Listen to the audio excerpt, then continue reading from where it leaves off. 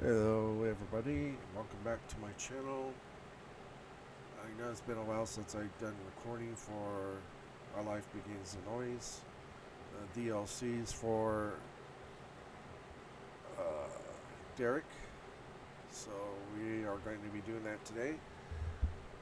First of all, I want to thank all 302 of my subscribers. Now I have 302 subscribers. Thank you all for supporting my channel and becoming a subscriber. Especially all those past subscribers that stuck with my channel. I would like to thank you for continuing to be a subscriber and to help grow my channel and support my channel.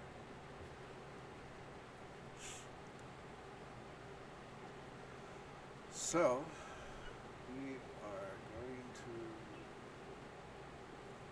go for this, I think. Where are we? Where are we? Okay, there we are.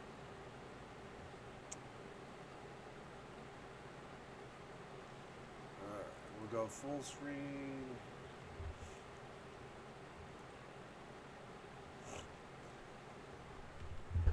Excuse me. Sorry about that. Allergies. Alright, give me a moment here.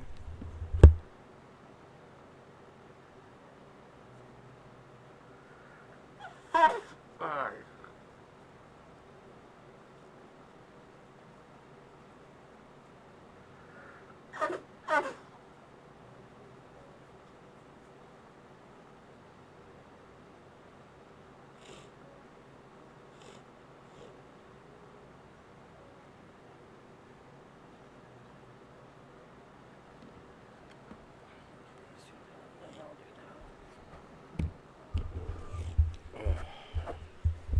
Alright, sorry about that. Let's go here. We are going to load. And this is where we left off right here. I believe, yeah. Yep, looks that way. Soon you were packed into Derek's car and on the long trip home to truly your home. You're having made the most of the afternoon you got. Excuse me, I gotta shut some doors here.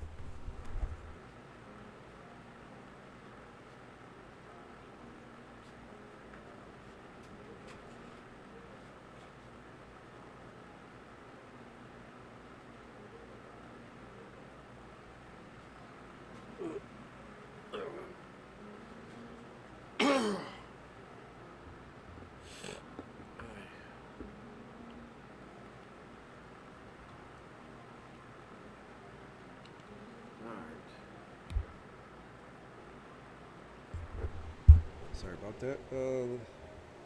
Let's see. Let me check real quick. I need to check on something. Whoa.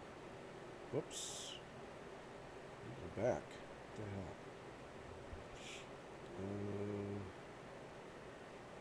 Ooh.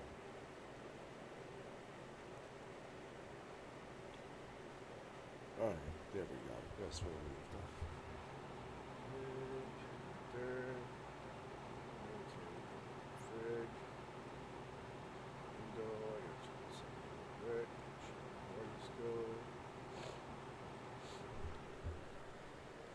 Yeah, yeah, it looks like we're still recording. Okay.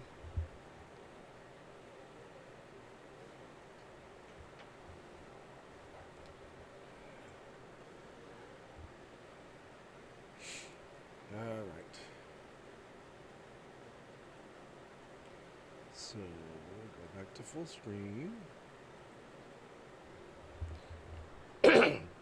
On the long drive back from the park, there were moments of conversation and quiet, of reminiscing about the past and imaginations of the future. Of course, the now upcoming move was a major source of discussion.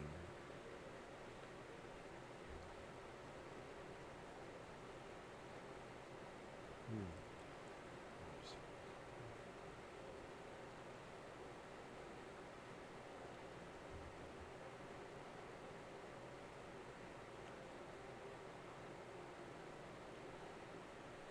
I'm going to go with the first one. You decided to announce it to everyone while they were all together. Discussion had been made, so there was no reason to hide it. Sitting in the passenger seat over those hours, you sometimes felt as if it hadn't left that Ferris wheel cabin in the sky.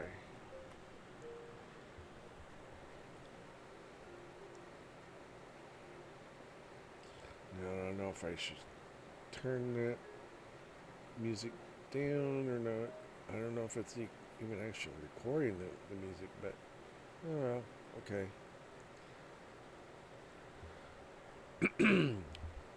The atmosphere of Derek's car had a similar way about it that made you feel disconnected from the rest of the world. No one else could reach you or him, and you could say something, you could say anything there. But there was a major difference. The peace and comfortable status was only an illusion.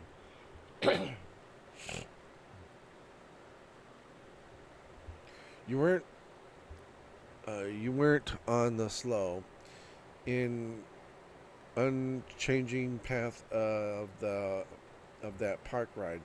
Derek was speeding down a California highway in a race against time. Oh, you better slow down. You might get a ticket. There was a party at the end of the road, and Derek was never one to be late. When he finally pulled into the apartment complex's parking lot, the car went silent.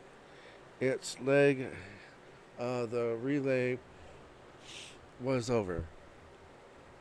And the frantic wear and rush had to be carried on with own flesh, your own flesh and bones.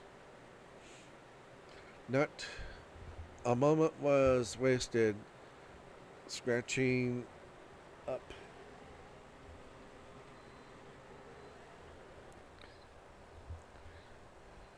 the few belongings, snatching up the few belongings you'd brought along and booking it towards the building. You passed no one in the halls. Derek had his key in hand already, prepared to unlock the door. And when that was swung open, you saw the living room you'd grown so accustomed to empty. The space was untouched since you left early that morning, at least as far as you could remember. But Derek didn't celebrate an early victory. He put a finger to his lips and made a show of checking behind the couch and around the kitchen counter just to make certain his family hadn't used their spare keys to prepare another surprise. Hmm. Okay.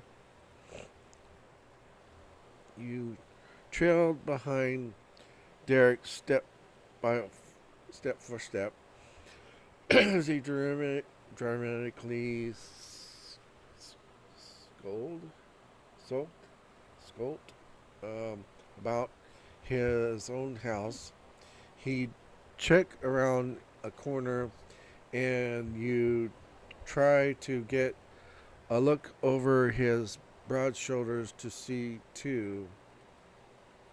Nicholas and Liz could absolutely not be trusted. If they came by the apartment and found you, Derek gone, they would certainly play the same joke twice. However, they hadn't gotten that chance. Derek stood tall and concluded his inspection with that revelation.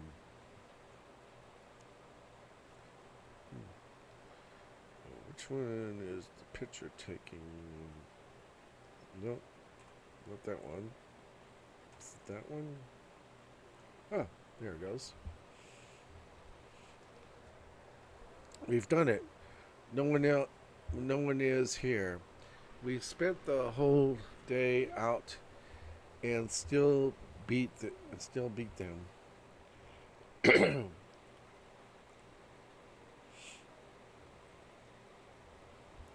With a cheer, he fully relished the victory. Now it was truly assured. Boardwalk date with Chippy, being on time, and getting to see the family before the day is over. Things really are all going my way. Huh. It's perfect.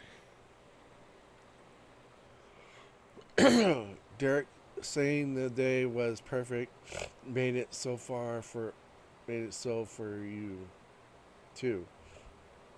After a lifetime of compromises and sacrifices, you were proud to see him get exactly what he wanted. And it was more than a little thrilling that a significant part of what he wanted was you. Let's see. Good, we got this. I feel the same way. Could we deserve to this one, two,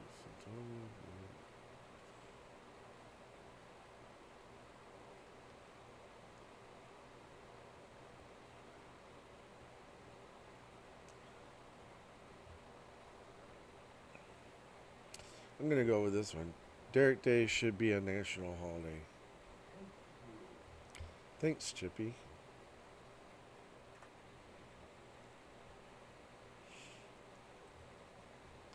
His voice was gentle and his gaze soft with affection.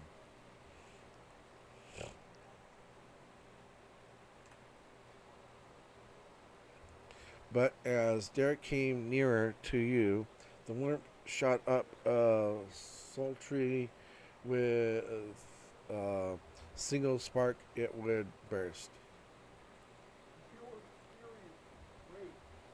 You're a great boyfriend, I hope you know. You couldn't look away from his fixed gaze, but become but became incredibly aware of his fingers trailing down your arm. Liz had been so certain none of the Sarah's men could woe anyone. She would have had to eat those words if she saw Derek truly put his mind to it. Let's see.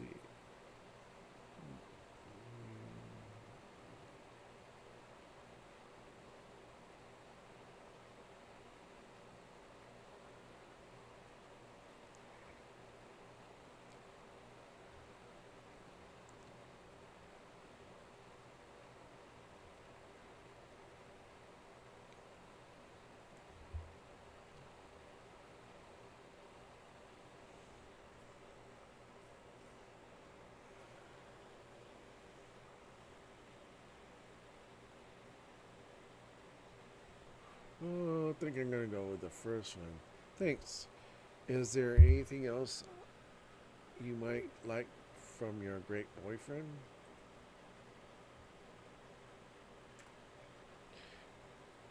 It was only fair to flirt back a little with how strong he was coming on. Yet the reply made his lips quirk. He'd doubted his ears and nearly lost his composure.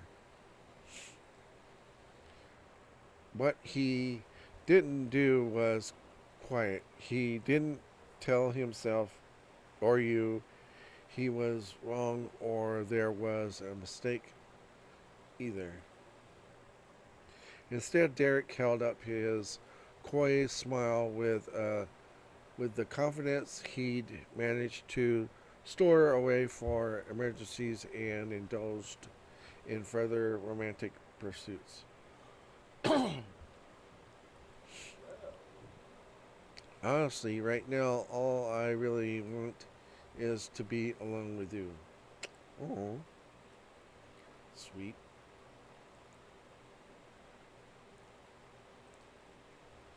Once again, he closed in on you, this time until you were near enough that your noses almost touched.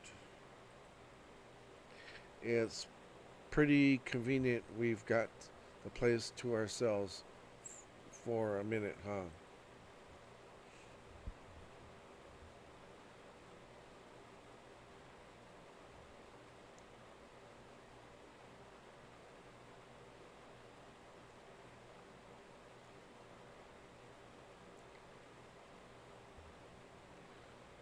Uh, I'm gonna go with this one.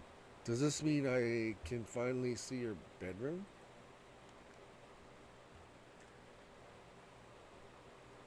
Derek had played it very cool, but in that instant he lit right up, aglow from head to toe. Oh, definitely. This is the right timing for that final piece of the tour. Perfect. He threaded his fingers through yours and gripped tight. The hand was sturdy and hot. There wasn't a trace of pre-game jitters, only excitement. Excuse me. Okay, but before anything else, maybe I should wipe this shooting star off my face. Well, if you have to, but looks cute on you. You snorted a laugh like you were your your mom. That was not exactly a romantic thing to bring up now. However, it was fittingly practical and Derek S. Cute.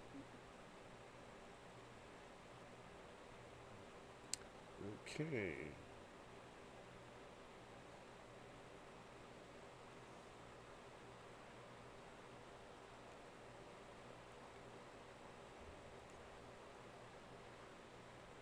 I'm gonna go with this one.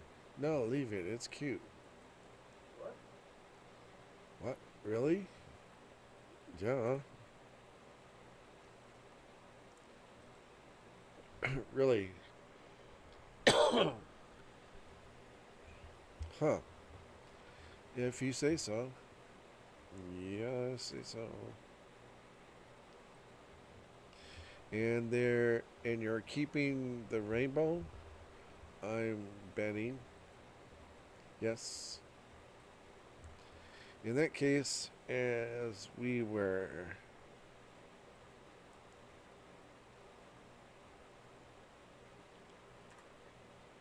There's this room. You left the main area of the apartment behind to hide away together in the very back corner.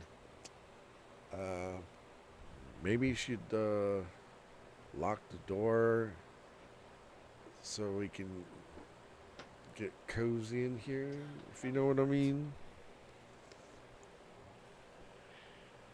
That way nobody comes in on us if we do get really cozy.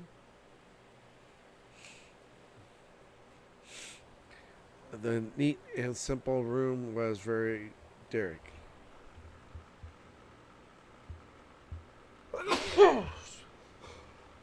Excuse me. Damn.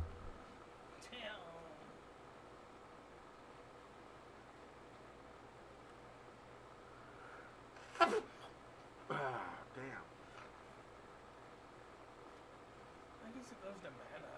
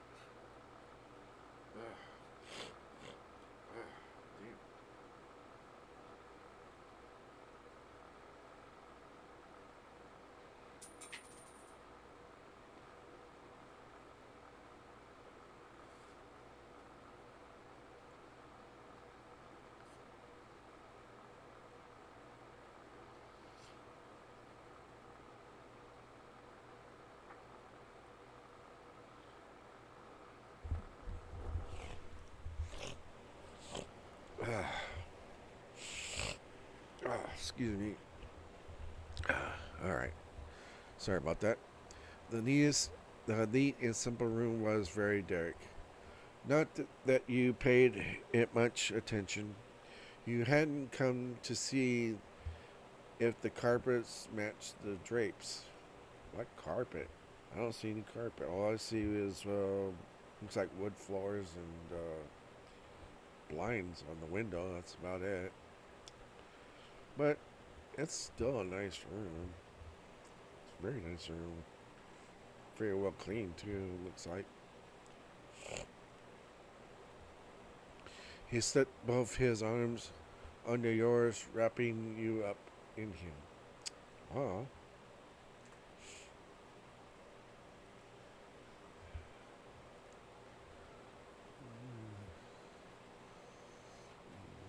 Let's see.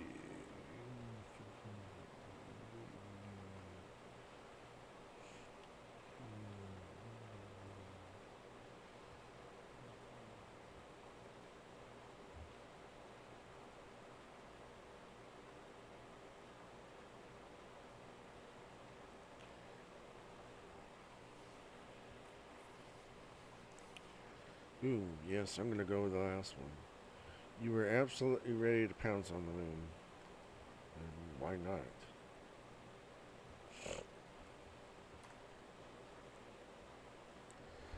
Sliding hand down the bottom of your spine, Derek kept you sturdy as he led both of you onto the edge of his bed. He sat comfortably on the mattress with you straddling his lap. Neither of you had any plans of untangling from each other. The position on your knees gave a long gone vantage point rather than face to face. You were looking down on him as you had when you both were much younger.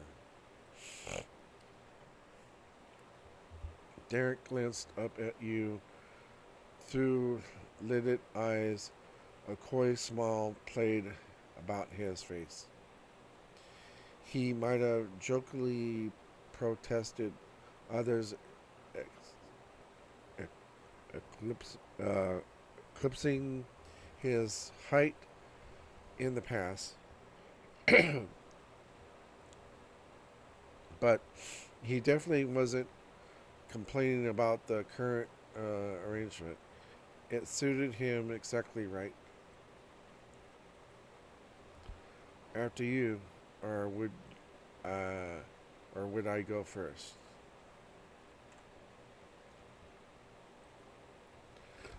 Your eager fingers gasped at his shirt, grasped at his shirt. Your body felt a million degrees. He was polite even then it was killing you.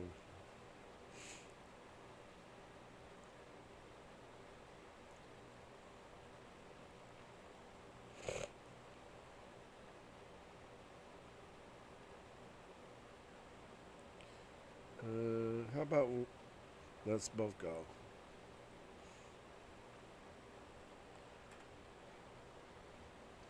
I like the sound of that. Yeah, I bet you do. You did get that impression. You would have whether he'd said so or not. Simply from the light inside his eyes, Derek was more fired up than you'd ever seen him. He cradled your head with one hand, still keeping the other on your lower back. You moved with him, easing lower until your faces could meet. He kissed you tentatively but lingering. He was making sure it was right, that it was real.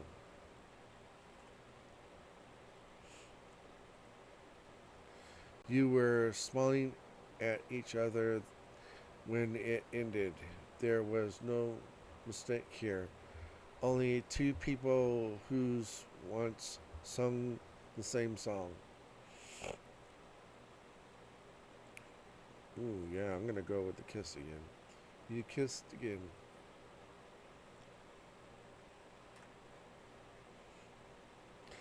Once again, your mouth locked around his. Derek tilted himself towards your touch, kissing you in return. He squeezed he squeezed your thigh.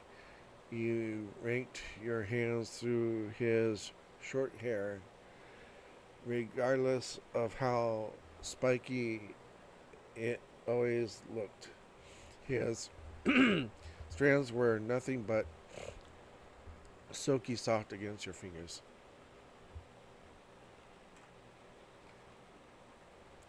The intensity deepened. You pressed and pulled your lips against each other in a much longer, much more longing kiss.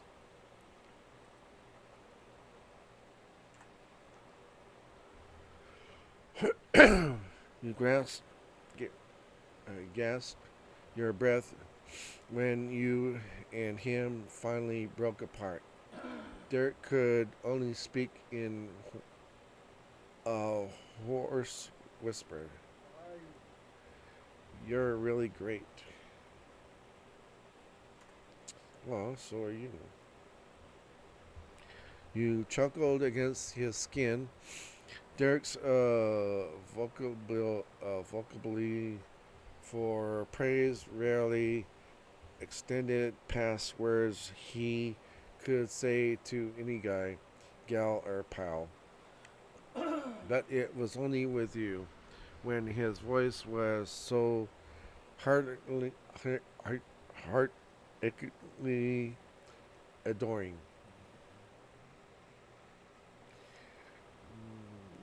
True picks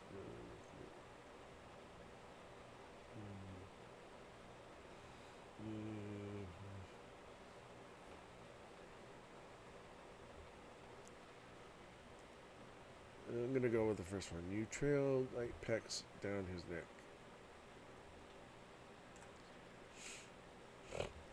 Playfully, you trailed tiny kisses down his neck to the collar of his shirt and even got one extra by nudging the hood a bit with your nose.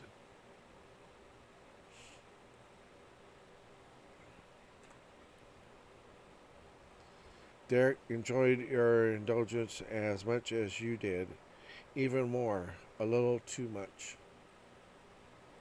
You were both so distracted neither of you realized what was coming when he dropped his hand in a happy sigh until his chin squashed you into his shoulder blade.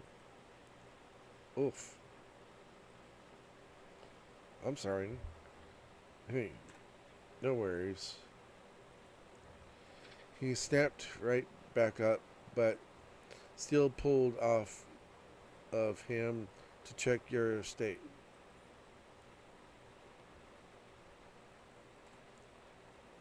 Are you okay?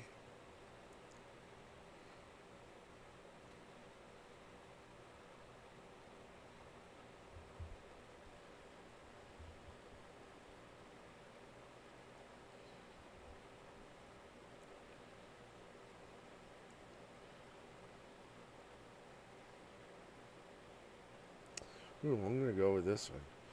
You lovingly bit into his neck for that.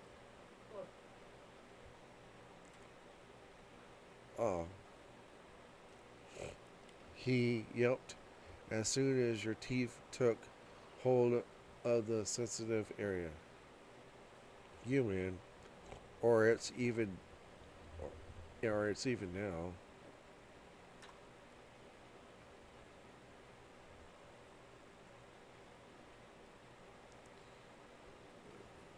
Good. So you're really all right? Yes, I really mean it. Derek squeezed you tight in a hug, carefully with his face went and laughed wholeheartedly. You embraced him in return, overflowing with affection for your exclusively considerate boyfriend. Hmm.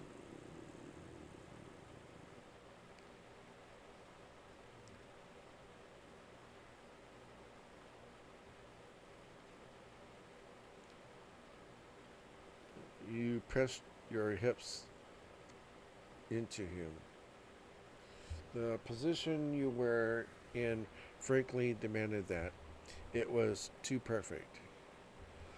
You came closer until you were against Derek's chest and sunk lower and lower against him. Then you rocked your body into his lap. The loose gym shorts Derek had on slipped around smoothly underneath you. It was almost as if nothing at all was in the way of the sizzling friction. Fuck. Derek's breath hitched, and you could feel the jolt that went through him. The shock seemed to gently stun Derek until immobility for a second there. You hit home. You hit a home run with that one.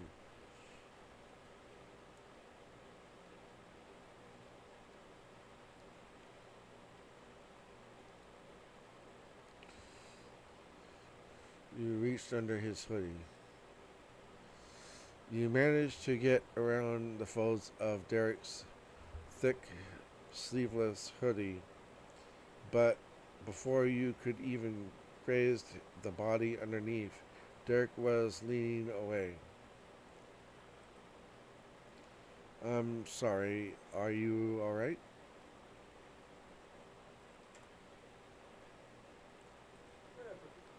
No. Wait, yes. Forget it. I'm sorry. It's all good. I was just thinking I could help you with that if you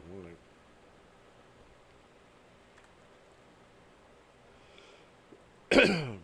He took hold of his signature red top and lifted it enough to expose the thin line of skin he stopped there to check your expression.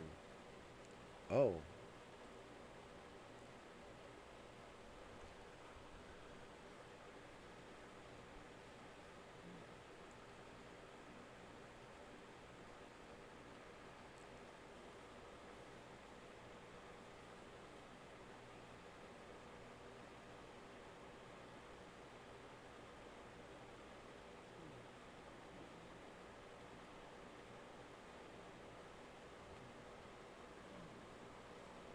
I might be able to get away with that.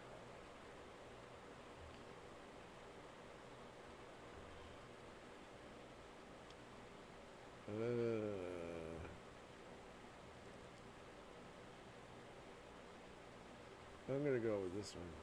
That would be nice. Thanks. You're welcome.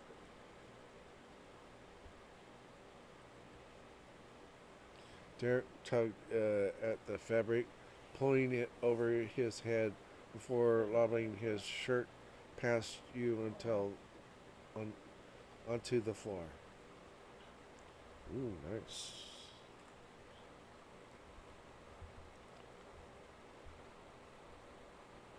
I don't think we're gonna get a sex scene here, but I would probably have to go become a Patreon member again on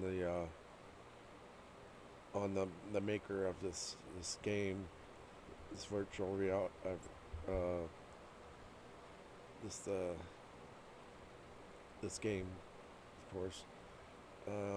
There might be some things. There might be some uncensored stuff on in there for Derek.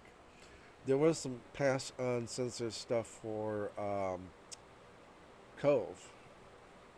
For those of you who haven't seen it yet, it would be it would be on one of my recordings. I don't have not the uncensored stuff on there, but it's stuff that's in between the uncensored stuff. I can't post uncensored stuff here on YouTube, obviously. I'd get red flagged and probably lose my channel, so I'm not going to do that. I do record any uncensored scenes separately and put them on my flash drive. So for those of you who want to receive a copy, you must become a Patreon contributing member on my More Nuts tier or Extra Nuts tier. If you go to my Patreon, you can find the link to my Patreon within the description of the video.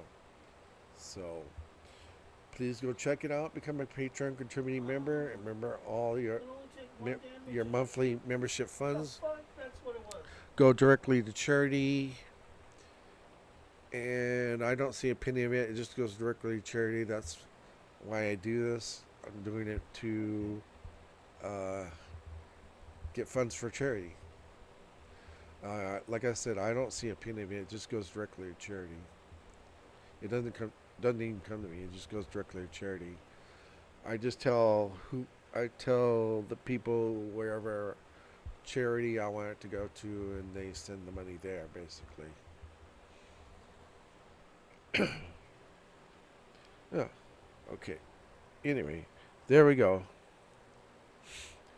Derek rested back against the palms of his hands, totally satisfied and leaving his front fully exposed. He held no shyness going shirtless in front of you.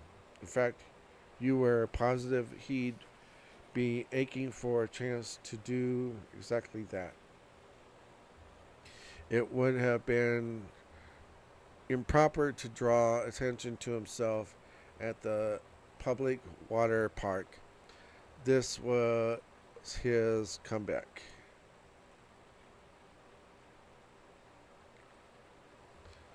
As you were.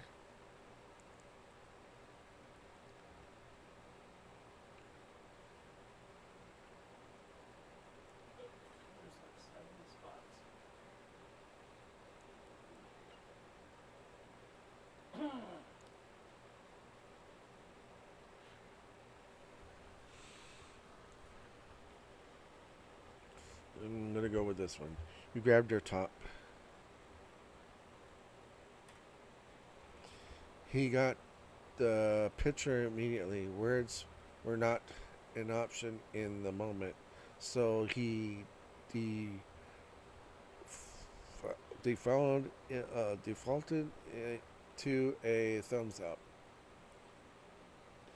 You twisted and shimmied in Derek's lap in your effort to undress.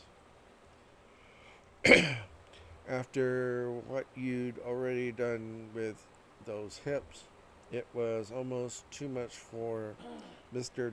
Derek Suarez. But you managed to slip out of the top and drop it to the ground. Derek remained speechless. No, that's everything.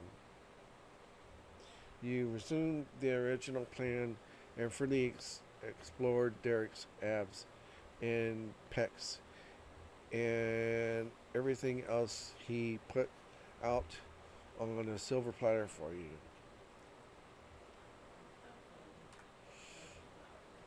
Meanwhile, Derek's focus had zeroed in on your own chest.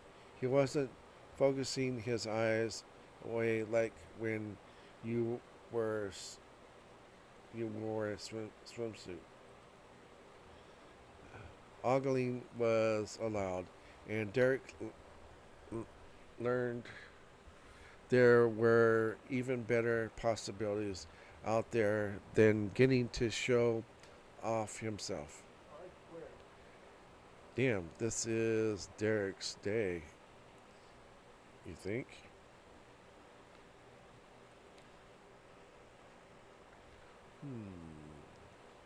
You complimented him.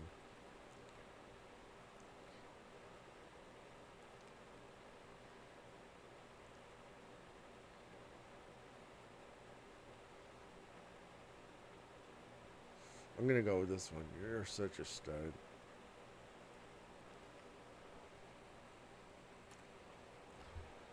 You felt up his nicely muscular arms as you spoke to being the point, bring the point home. You think? Yeah. His repeatedly had exact amount of awe, shucks, bashful disbelief it would have if you'd said it randomly while chilling at the park, despite the fact that you were actually making out in his apartment. Derek really decided to pause while getting hot and heavy to think, wow, Chippy makes me. That's amazing. It was extremely cute. That was the biggest thrill you'd had and weren't sure when you'd just gone to an amusement park earlier that day. You needed to relax.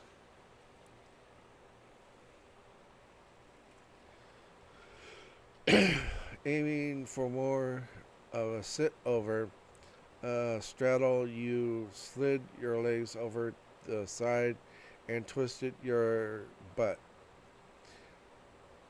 Derek kept his arms in place around you, which stopped you.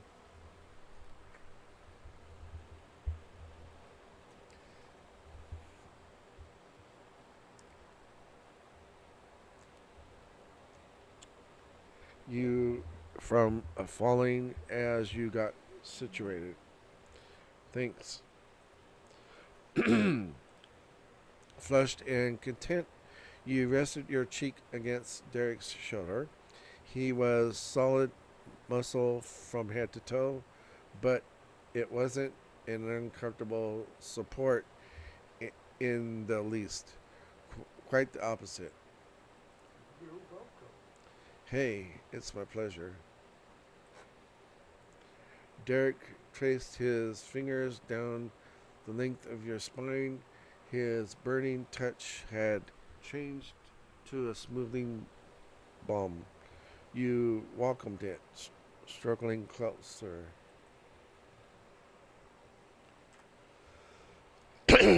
For once, Derek didn't attempt to move right into a new conversation. His hands were full, going up and down your back. That was okay with you. It was in a dreamy haze. You gladly listened, listened to only the sound of his heart and his slow breaths. And then the doorbell rang. Oh boy. Talk about a cock block, right? Ah.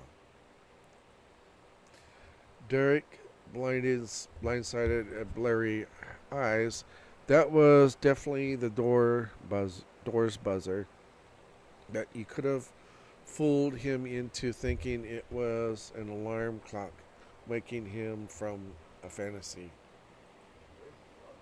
Man, it's been what, 5 minutes since we were preparing, and I already lost track of the party thing. That we were expecting guests. Yeah, I know, right? Talk about a cockblock, right?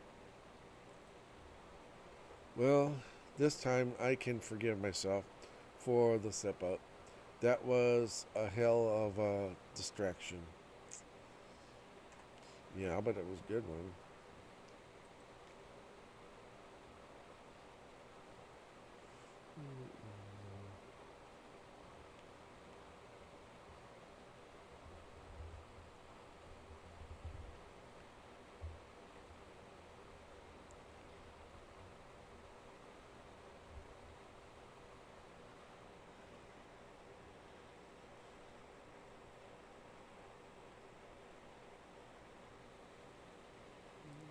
I'm gonna go with this one. It was nice while it lasted. Oh well. Derek sighed sweetly, buried his face against you.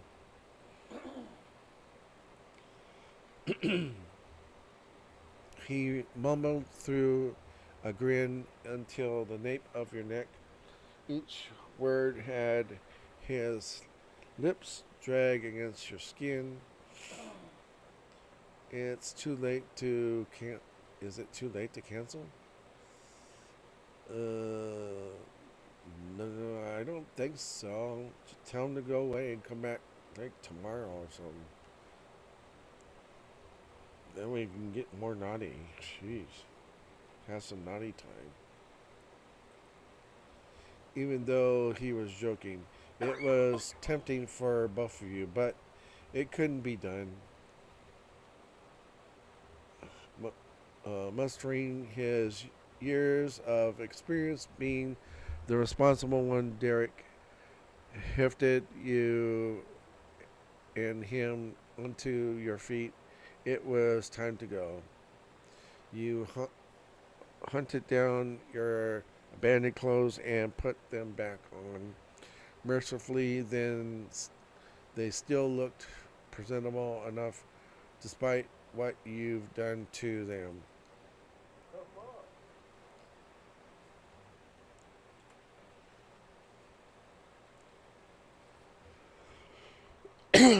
With a refreshed pep in your steps, you and Derek said goodbye to your dreamland and returned to the world of the living, which took the form of Derek's living room. But the expected smile that had been on Derek's face evened out into a blemished line. His brain was working, and then his mouth dropped open in a terrible realization. wait. Didn't I invite them over for dinner? We don't have time to make food.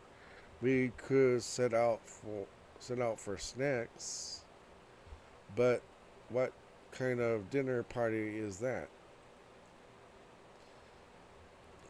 Well, I'm gonna have to call a pizza place to have them deliver pizza.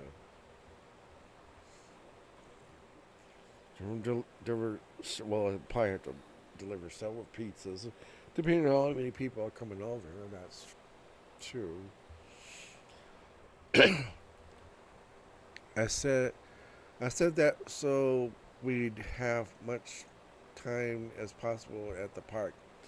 I wasn't considering that meant we'd actually need a dinner. Shoot, we don't even have enough food in the house for how many people are coming. So I guess you're gonna have to order pizzas.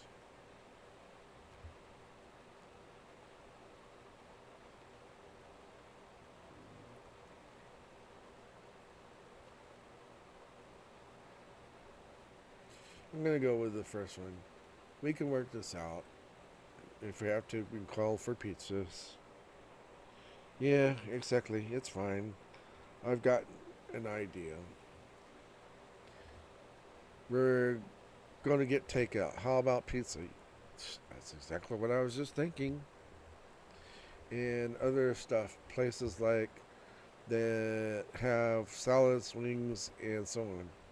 Sounds like a plan to me.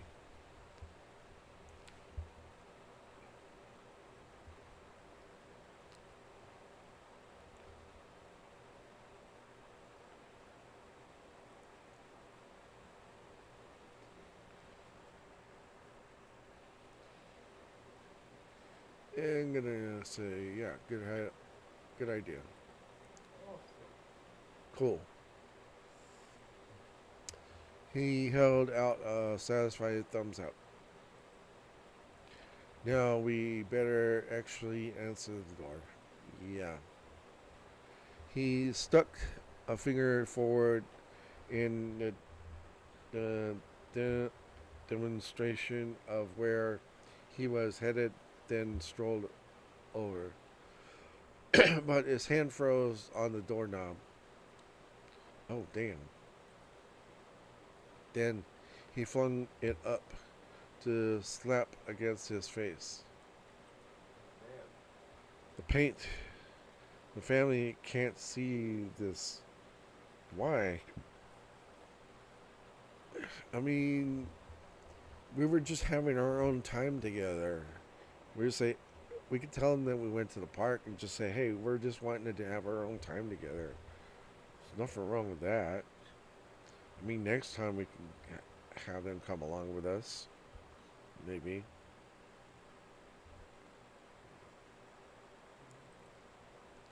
Oh, duh. Keeping it was not the best idea.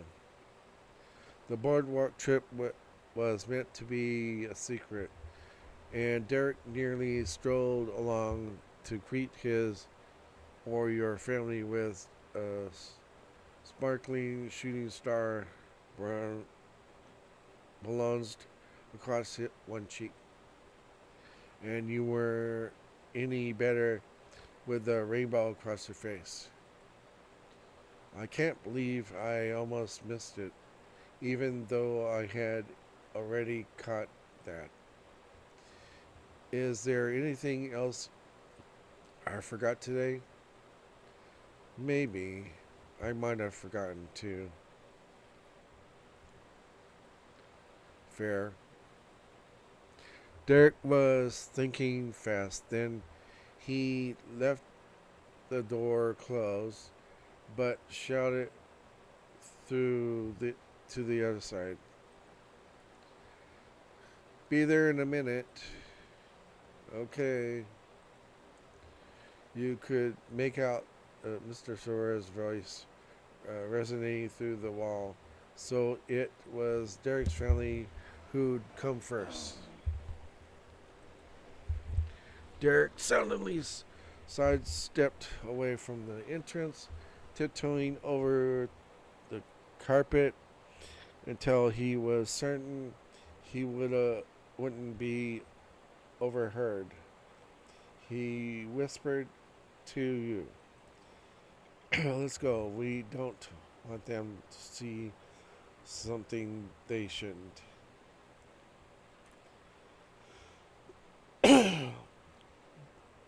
That was spoken like a true criminal.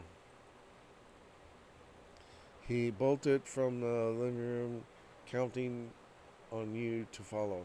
You did.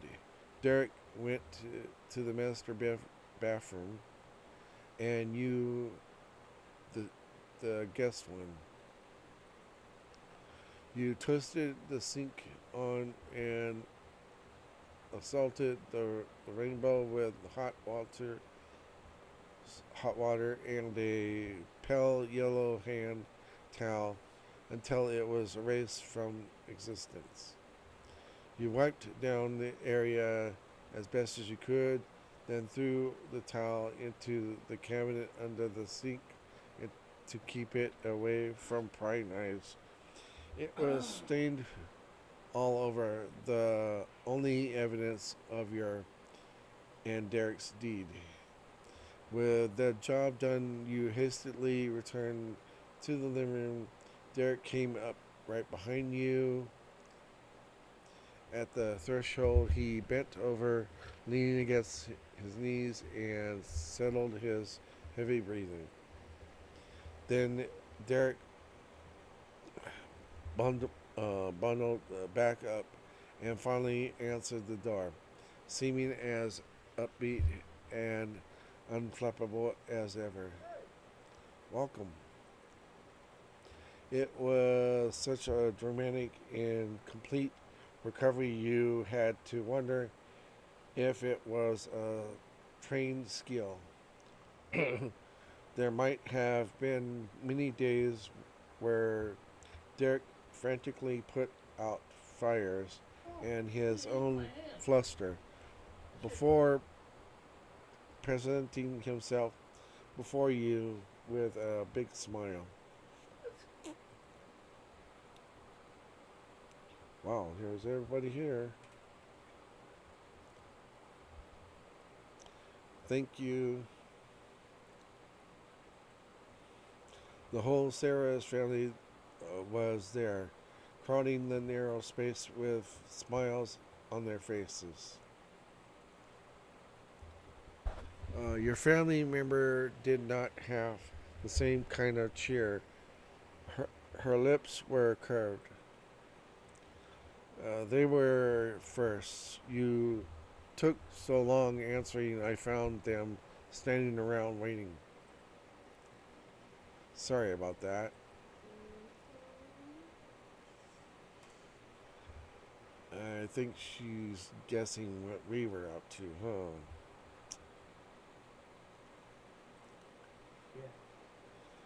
Yeah. What was that about? Well, the real secret of the day was your outing at the boardwalk, but a deep red over his cheeks exposed that it was a different trice that came to Derek's mind. Chippy and I were just going over the game plan.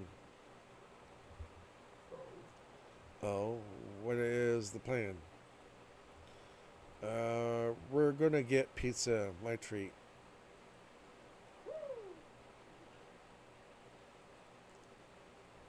Thank you, my wonderful son. That's very thoughtful of you. Works for me. Derek's last minute solution had gotten full marks, speaking with the self satisfaction of a man who winged a final exam and still passed. Derek pretended this had gone as he'd intended all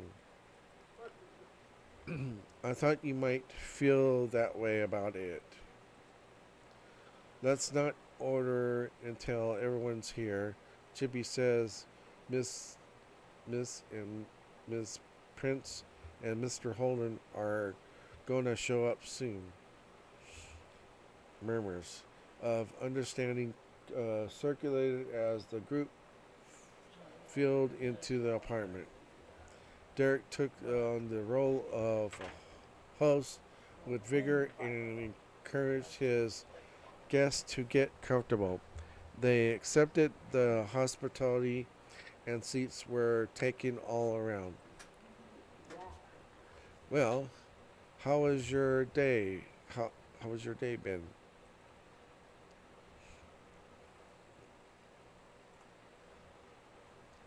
Yeah. What were you up to? None of your business. Miss Osura's entirely pleasant tone was followed up by the openly nosy inquiry of Nicholas. However, neither had forgotten the curious hold up at the door. We had a great afternoon and talked about some very important things. Isn't that right, Chippy?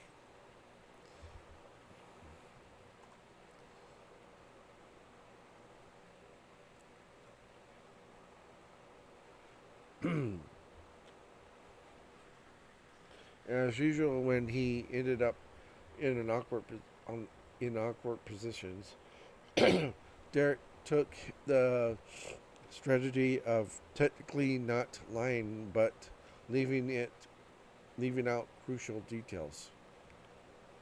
Right. That's nice.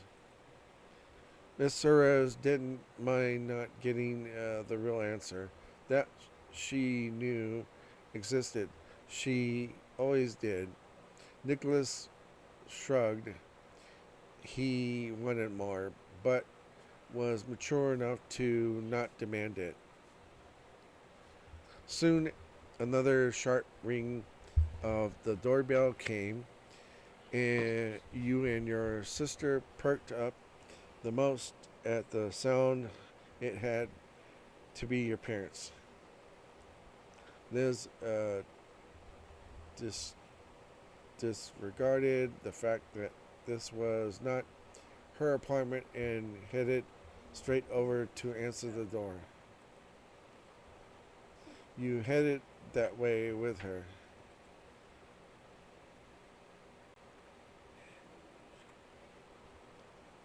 Liz uh, tugged the handle, and there on the other side were the soft faces of your sweet mothers and the more sharply figured but no less kind Mr. Holden. Many hellos and good to see your yous were said in succession as the Prince family joined with the Suarez clan in Derek's living room. It is a real party now. Not yet. There's still one thing missing. Let's talk toppings. Derek took a page out of his mother's book and offered to an explanation the, to the newcomers who had to have wondered. We're getting pizza if that's cool with you. Yum. That's fine, sweetie. No complaints here. Perfect. With the size of the crowd, I'd say we get 3 large pizzas. I would get about 6. That many people. Um, a friendly round of suggestions, debates over the most ideal topping splits commenced. More than one person wanted meat and veggie supreme, and the Suarez parents both loved one that it had grown on their sons as they grew.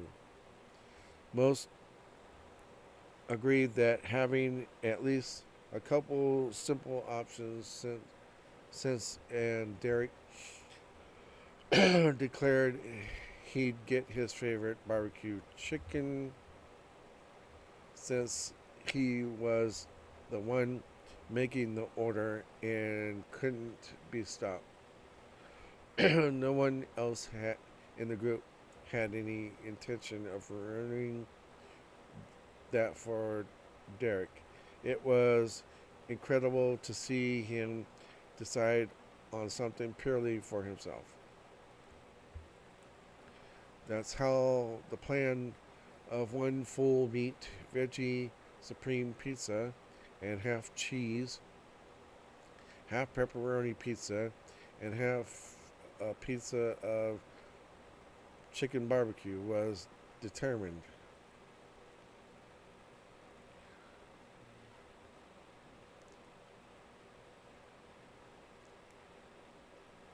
You offered up a suggestion for the last half. Is there pineapple in here? Yeah, there it is. What about Hawaiian? That would be pineapple and ham, obviously. Ham and pineapple. Yeah, let's do that. And that's my favorite in real life. That made your mom snort. You knew it was coming. I thought we already had a Hawaiian here. Ma laughed and sweated her wife for that one. She was aware a pun was coming, but even after decades together, she still hoped Mom might pass on an opportunity for a change. Hawaiian pizza would be fine. Chippy. The rest of the room accepted your idea as well. And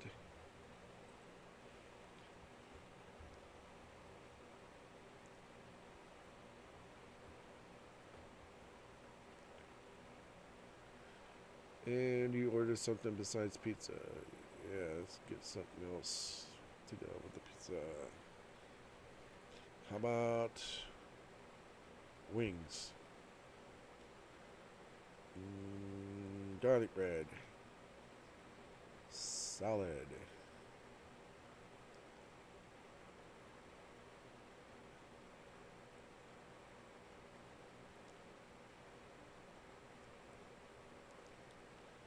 And a cup of cola. And that was all. Liz teased you openly in front of all the parents for making good use of this being Derek's treat. And Nicholas, of all people, felt self assured enough to joke about you being a spoiled youngest kid.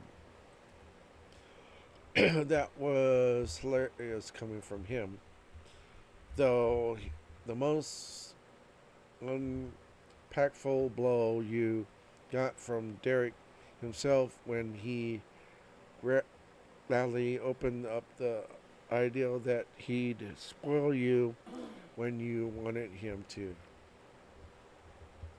And to top it all off, Nico and George were both emboldened by your special requests.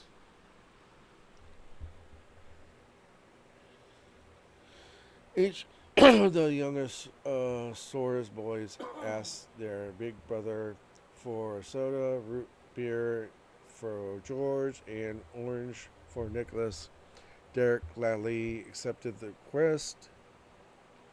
After it was all said and done, Derek made the call to the local pizza place. He had it arranged for delivery. He glanced over the attendees once he finished that task. We've got some time to kill. Can we get anybody? Can I get anybody a drink? That goes for you three already getting something too. You don't have to wait to hydrate. What kind of host? Some requests were made for water. Seats were taken to settle in for the wait. You got comfortable on the couch yourself. Derek collected two armfuls of water bottles. He went around the room, passing drinks out to each person, even those who didn't ask for one. It seemed staying refreshed was not an option. After all, it was in order. You had the others near the coffee table got served first, then he went around the dining table to catch the ones hanging out there. He was busy in another section of the apartment. That's what you knew from the last time you caught sight of Derek from your position. And that's why a jolt went through your entire body when a low voice tickled your ear. Chippy, you quickly turned your rigid neck to glimpse behind you. Derek was there, resting his arms across the top of the edge of the couch. He swung back around to you while you weren't looking. As you proceeded the situation, Derek grinned cheerily, unapologetic about the shock his move gave you. A soft thumb could be hearted in the air. It wasn't your heart, though it might have been. You guessed on the other side of the couch was tapping his heels together. Should we tell people now? He didn't need to explain what that meant. You and Derek had one momentous event that no one had been made aware of yet. The move. Yeah, this is probably the best time to let them know.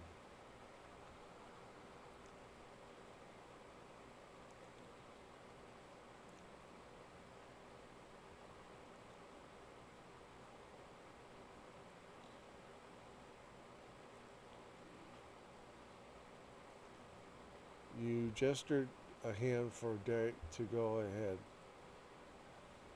He turned to the crowd with every eye on him. Derek came right out with it. Chippy and I realized things have been great the way they are and decided that he should move in for keeps. We're going to be roomies. The crowd gasped, then went quite quiet, but not for lack of feeling. Emotion was palpable, bubbling inside a shell of self-restraint. The first express the thoughts of majority was Mom. You know we wouldn't want you to live your lives for our sakes, but I have to admit that I am glad you're going to be that close. Agreed. There's no denying that this is exciting.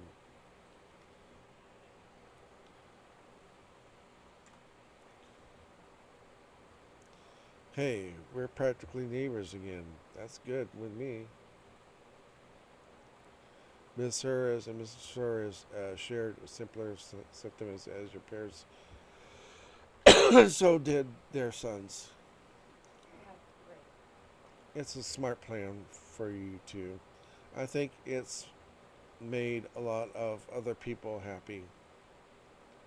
Hooray! Mm-hmm.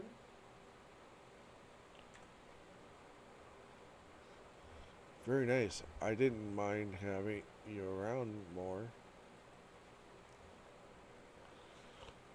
He doesn't mind.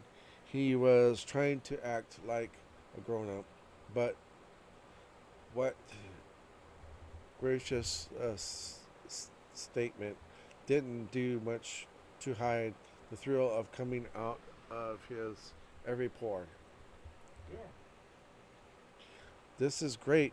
There's so many things we weren't able to do on this trip, and now we'll be able to do to anytime. Nicholas played down true feelings, while George wore them openly. The oldest brother had to chuckle over the reversal. It was amazing and revealing to be welcomed home. You were more certain of your choice than ever. The wholesomeness of the moment wouldn't have been complete if it was only sweet. Liz cut in with does does a snork that made the taste perfectly right. Sheesh. After 10 years, no progress. You're going at light speed now.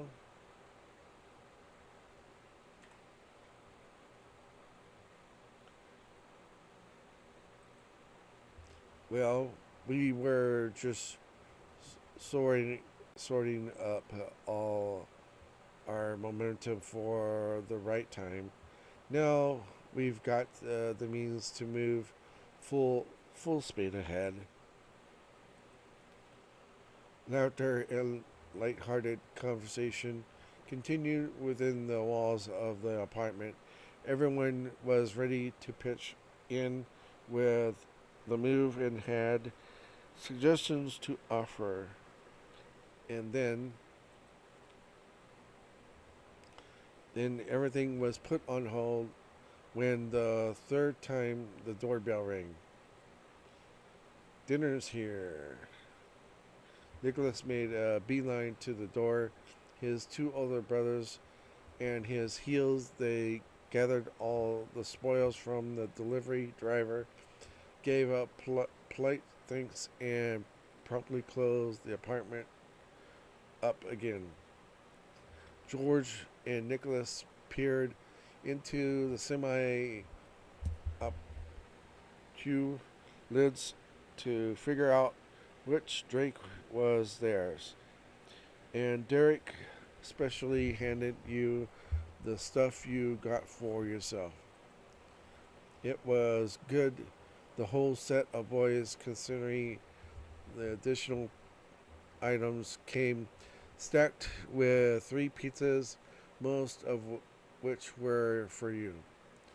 Nicholas, George, and Derek helped set aside your goods safely. The feast was lid out of the containers, savory, steamy, and very cheesy. Derek stood between the guests and the meal to make a decoration. All right. All right, everyone. In my house, instead of the youngest going first, the oldest do. Good. Ah, yes. Respect your elders.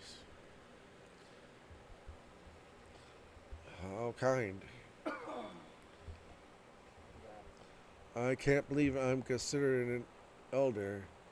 How I get to how did I get so old?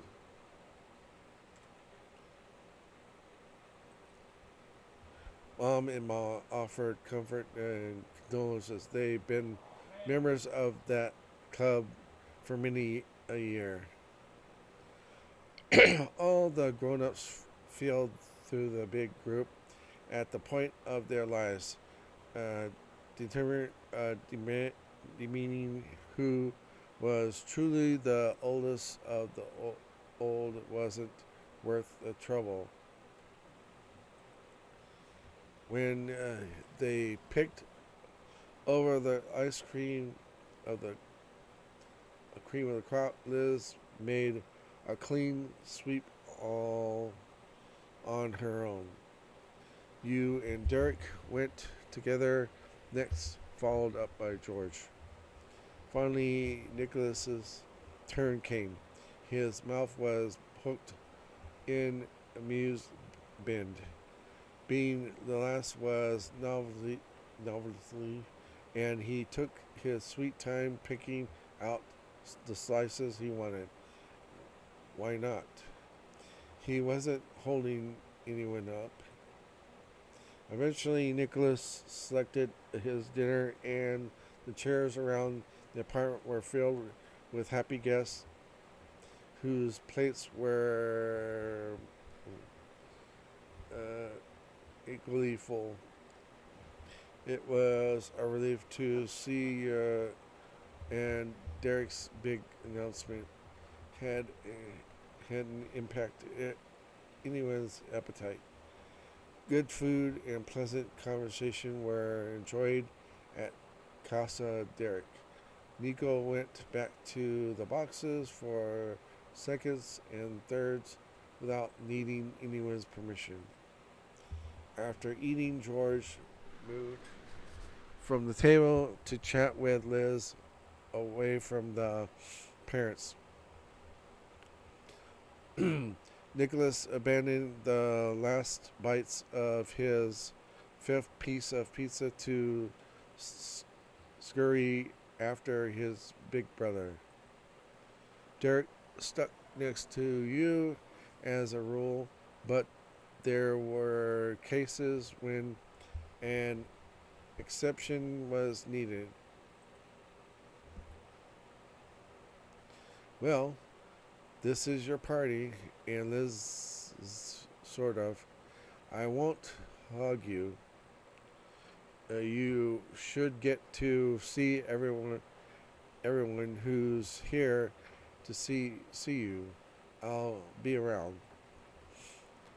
It was true. The two families had gathered for you and your sister, and the final day of your trips. On your end, the event turned into more of a welcome party than a farewell. But Liz was still leaving, and you didn't know for sure when you would be able to actually move. The time you had right now wasn't to be missed. Yeah, I will, thanks. Derek took a step back with a nod and a wave. He at least was someone you'd certainly see again soon.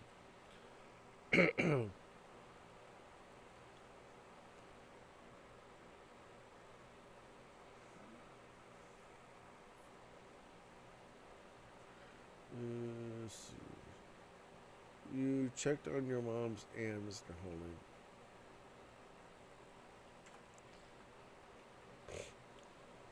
Your parents remained in the dining room table, slipped on their water bottles, and uh, pretending to be nonchalant.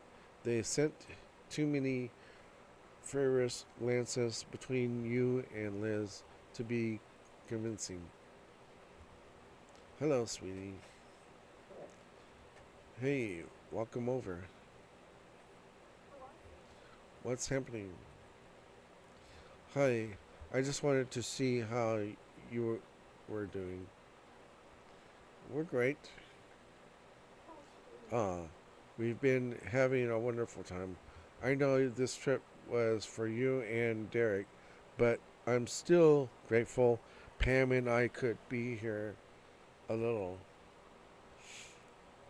Ma wrapped a arm around Mom with light chuckle.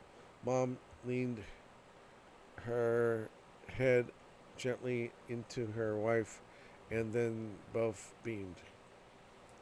Time together is more important than time apart. Every bit counts. Well said. I'm at top? Oh shit. Everybody's gonna be after me now. I love you all. Us too, kiddo. Absolutely. Thanks.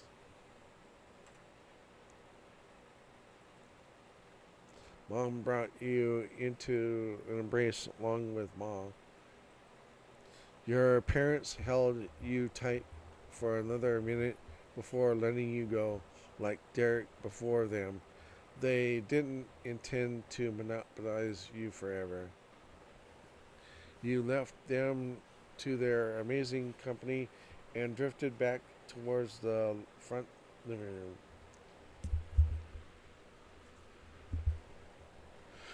You joined up with Liz, George, and Nico.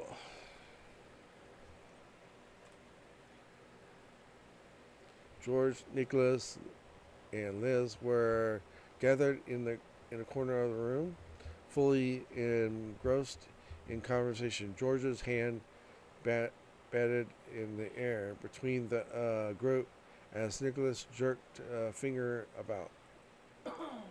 Hey, what are you talking about over here?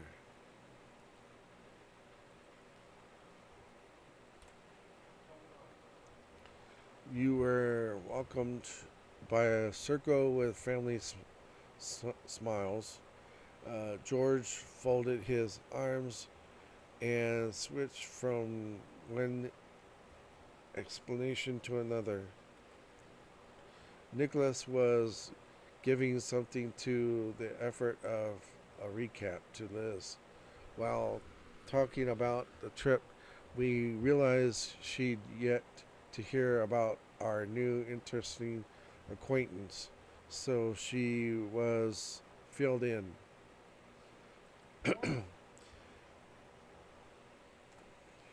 Yeah, we were getting philosophical.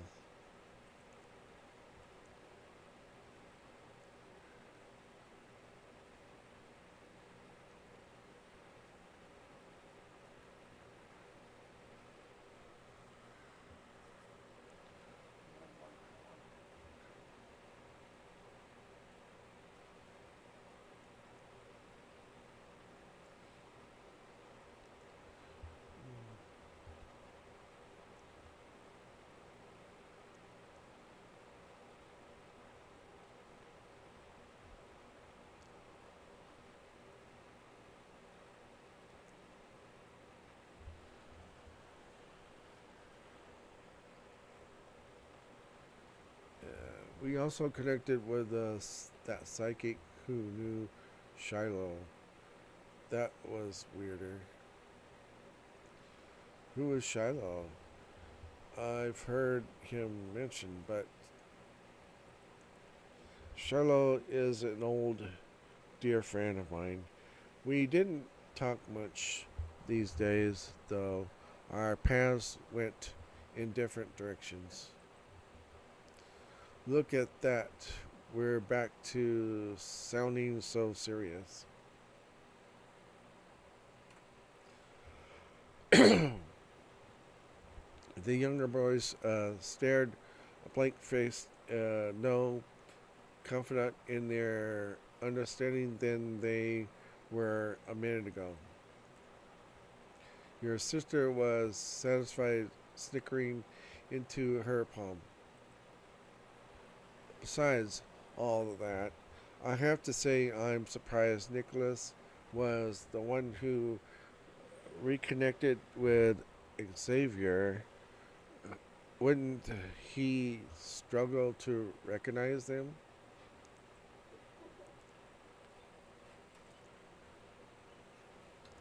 You know, considering the fact that he was asleep the entire day, I fell asleep after I got my face painted. Thanks, and I've been to that boardwalk more than once. I didn't connect out every time. Try, try a better tease. The dare was meant for Liz. That's what he'd readied himself for, and why he spoke with boldness. All right. Unfortunately for Nicholas, however, it was George who took on the challenge, speaking plainly with a mischievous twinkle deep in his eyes. You knew it wasn't going to go well for his little brother. The only reason Xavier was able to recognize you out of any of us is because you're still a little kid, just taller. How's that? Nico pouted. That rounded, he had no comeback. However, he did have a new strategy. Nicholas took looked at you, his only potential ally, and pleaded like the child he insisted he wasn't. The irony wasn't lost on Nico, and he intentionally played to that. Chippy, these two meanies are ganging up on me.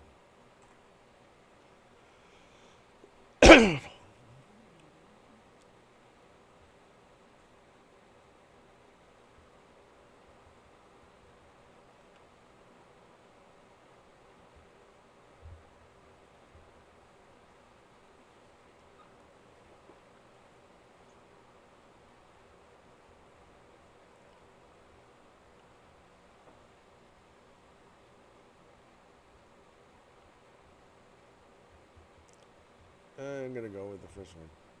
Leave Nicholas alone. He's a sweet boy. Right, I'm flawless. Chippy says so. But he said you were a sweet boy. And you were complaining about George calling you a kid. I'll let that one pass. You, George, and Nicholas laughed together and continued to chat on the mysteries of life.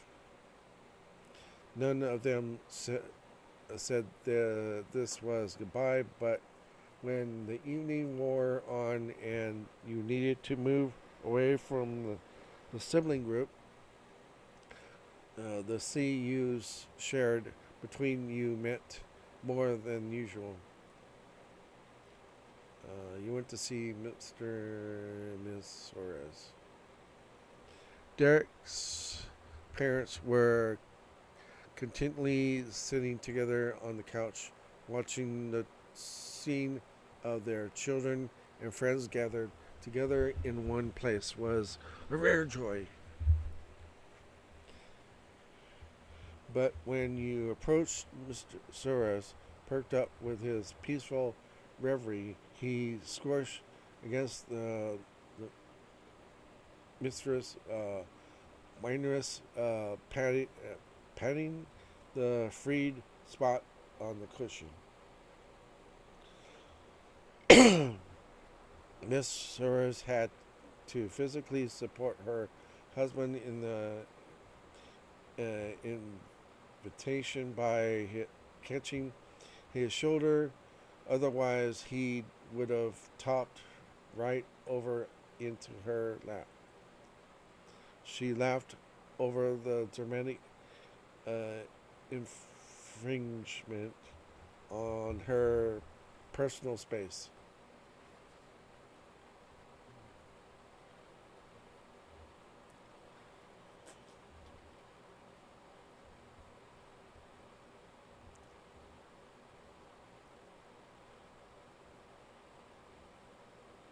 You took the provided seat. After the effort they took in order to make that available, you couldn't reject the hospitality. You popped down into pre-warmed cushion, the pre-warmed cushion. Miss Ures looked past the man draped over her as he was not currently attached at the hip and made eye contact with you. I hope you've enjoyed your big city vacation, Chippy. I definitely did. Glad to hear it. As the pleasantries faded off, the Sura's spouses shared a meaningful glance with each other. The weight of the occasion hadn't been forgotten. Well, while we've got you here, there's something I want to say. Did you know Giorgio and I met at the similar age as you and Derek, technically? Miss Harris patted her husband's leg unconsciously while the gleam of a storyteller sparkled in her eyes. Sparkled in her eyes. We attended the same high school at 14 or so, though we never excuse me on the other radar until senior year. He and I shared a class here and there. We did not run in the same social circles or have similar extracurricular pursuits. Sometimes I wonder perhaps you'd be living in a mansion somewhere in the hills. Is that so? It is a worse fate than I feared. The longtime couple tilted, smiled rosily over one another. Meanwhile, you leaned in closer, ears perked. The topic intrigued you. How Derek's parents came together. You didn't interrupt in order to ask. You knew with certainty that Miss Ferris would explain without prompting, and she did. You see, Chippy, Mr. Suarez is a well-meaning man, but when he gets a lot of compliments, he believes them. There's no end to how big his head can get. Derek may have mentioned this to you, but Rio, as he was called in the glory days, was on the football team. The words football team were said with mocking exaggeration, as though she could stop the explanation there. It was obvious that was it was obvious where that was going. He and all his footballer buddies had quite the echoes and were such a clink. One completely random day in the cafeteria, him and his boys were acting like the gods on earth. They were they they were they talked big, and it was all crap. I spent Ouch. my life tuning the whole set out, but that time I must have been sitting closer to the noise than normal, or in an unusual pity mood. Whatever the reason, I began to with my own friends, gab with my own friends, intentionally loud enough to be overheard. Said with exaggerated wide-eyed innocence how strange it was that the jocks acted as if they were the greatest man alive. How did they come to such conclusion when they seemingly never spoken to a single person outside their team? What do they know about who's better than anyone else? Folding her arms and bouncing her shoulders, Miss Suarez still felt self satisfaction over that one decades later. The team noticed me then, mostly to give the stink eye, except for one who could only describe as befuddled. I continued on, pretending I had no idea what was happening at the next table over. We were having plenty of fun on the side of the crowd until all of my friends went dead quiet. That got me to check again. One of the footballers had come over. He was built like a board brick, though his face was anything but hardened. Too goofy and almost boyish for that.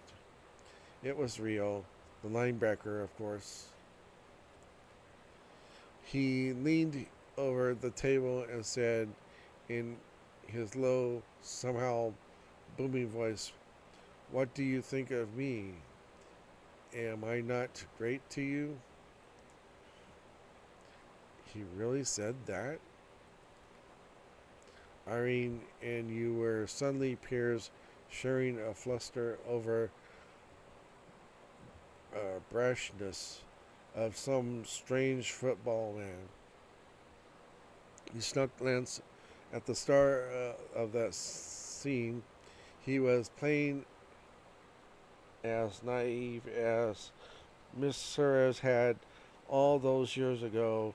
Listened quietly and twiddled his thumbs. Yes, I couldn't believe it. I wasn't expecting any of them to actually care about my option. I shot out instantly and I didn't like you and I don't know you, but I couldn't say I wouldn't like a man simply because he was on the football team. That's pathetic. Ping ponging from shock into ingenious, the outpouring of emotions reached its peak. Irene could be worked up no longer. She wasn't really a young lady recounting this for the first time. She knew the end of the tale, and despite being grown, it still put a schoolgirl smile on her face. Well, Mr. Suarez, here had such a frown when he heard that. Truthfully, Derek looks the exact same way when he feels rejected, so you likely understand the position I was in. Someone so bright and bold with a face like that isn't right. It's as if the joy in the entire world had vanished. That was too much. I looked him square in the face and said I wouldn't give him the time of day for that. But I might be willing to get to know him sometime because he was decently handsome. Of course, that smooth, soothed Rio's delicate soul, and he said, "Then we should do that. We are people who should know each other." When he grinned down at me, I knew this was more than I bargained for. I'd better prepare if he didn't forget about me. I wasn't sure I'd ever have it in me to give up on him. But so far, it's never come to that, and it never will. We all had been so quiet the whole story, he simply needed to burst in at the end.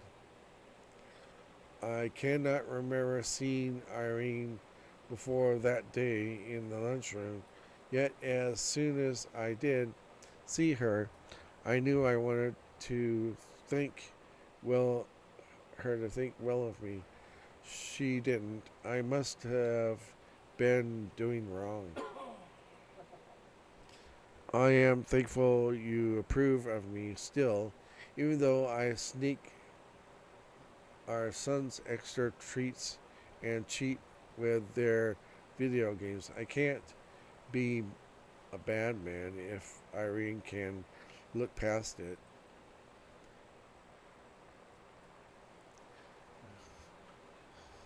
Mr. Sarah's hooked a hand around his wife's.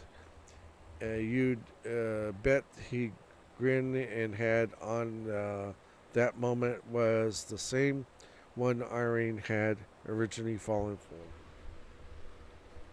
Give me a moment here.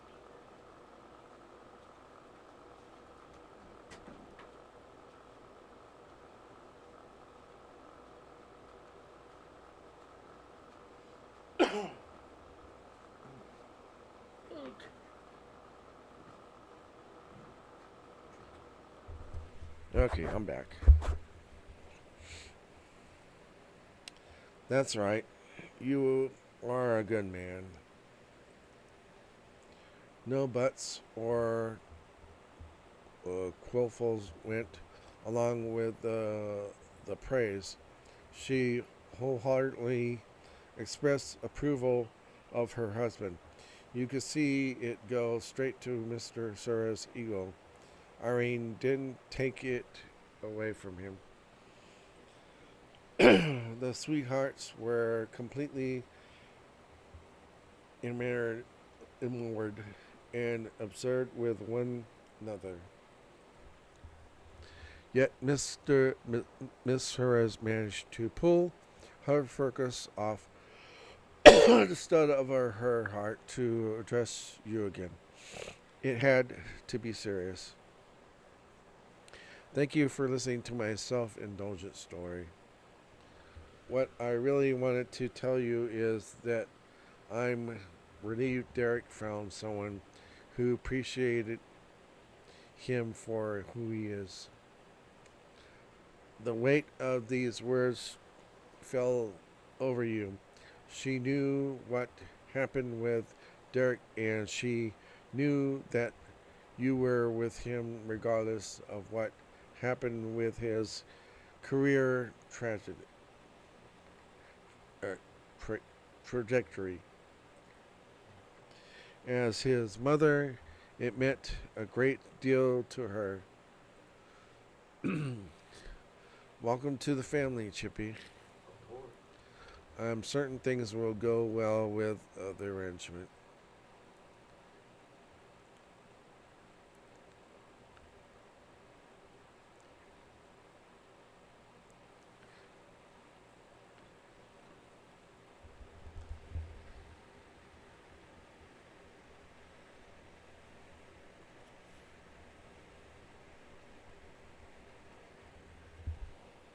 Thank you.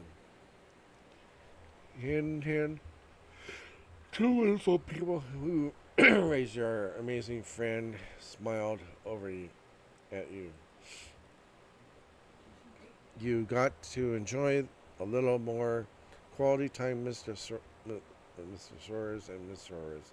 Eventually, they requested a moment with their oldest child, likely to share the same sentimental matters with him.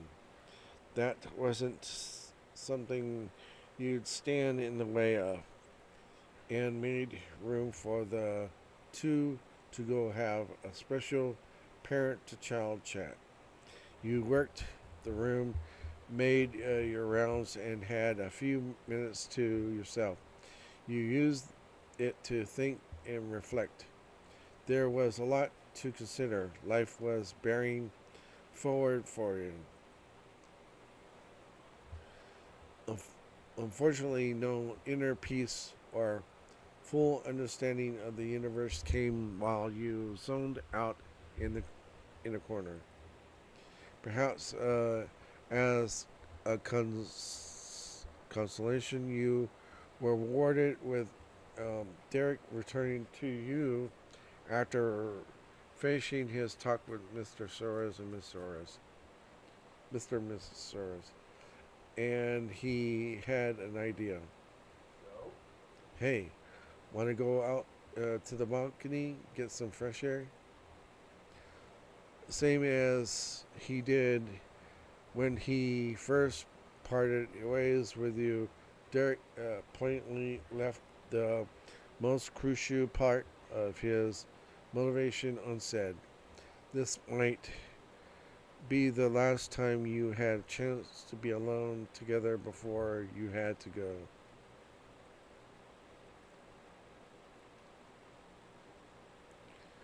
That sounds nice, Derek. Cool. You quietly went to the sliding glass panels at, at one end of the living room. Derek opened the door and leaned aside. Of course, he wouldn't go through himself, at least not first. After you.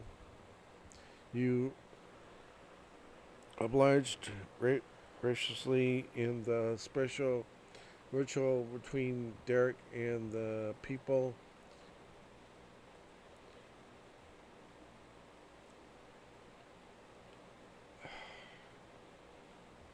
he cared for. Thanks. The event was still alive with small pockets of conversation you and Derek managed to slip away without notice. As soon as you walked out in a warm evening breeze caressed your body. It carried the sharp scent of the ocean and the delicate perfume of flowers who made their own home at Derek's place.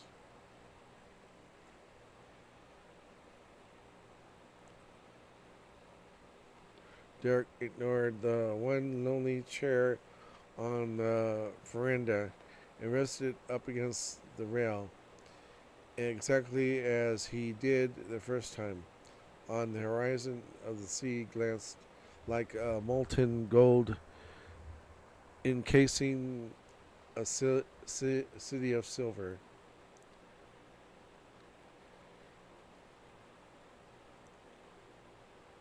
You stood near him.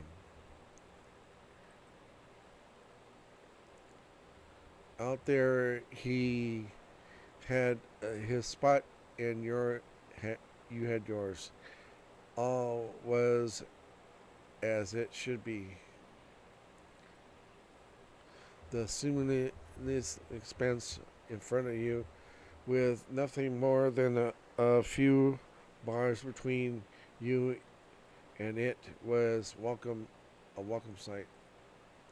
With you both settled in, Derek grinned as if it was any other day, or rather, because he couldn't help smiling at you no matter the circumstance. Chippy, I owe you an apology, or at least an explanation. No, both.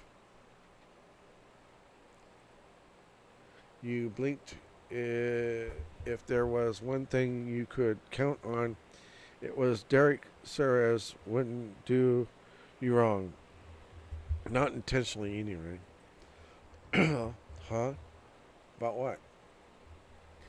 Well, that's obvious. I had asked you to marry me in a way, and I almost didn't recognize, didn't realize this was the year it was supposed to happen. How inconsiderate can I get? That outburst snapped him of all energy. Derek's shoulders slumped and his tone dropped even lower. We've been apart for a long time. Looks like I was in denial about how long days, weeks, months, and years just went by before I even knew it. It couldn't be the deadline already.